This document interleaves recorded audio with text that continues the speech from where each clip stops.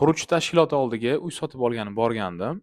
U yerdagi xodimlar menga dastlabki shartnoma tuzish kerakligini ta'kidlab o'tishdi.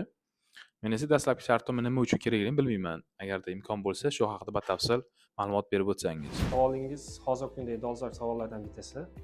Xo'p, bu holatda biz birinchi dastlabki shartnoma nima haqida qisqacha tushuntirib o'taman. Dastlabki shartnoma bu taraflar kelgusida mol-mulkni berish, xizmatlar ko'rsatish shartlari asosida asosiy shartnoma tuzish majburiyatini vujudga keltirgan kelishuv hisoblanadi. Endi siz quruvchiga bordingiz, demak siz ko'chmas mulk sotib olmoqchisiz. Qonunchilik talabiga ko'ra ko'chmas mulk sotib olinayotganda notarial tartibda tasdiqlanish belgilangan.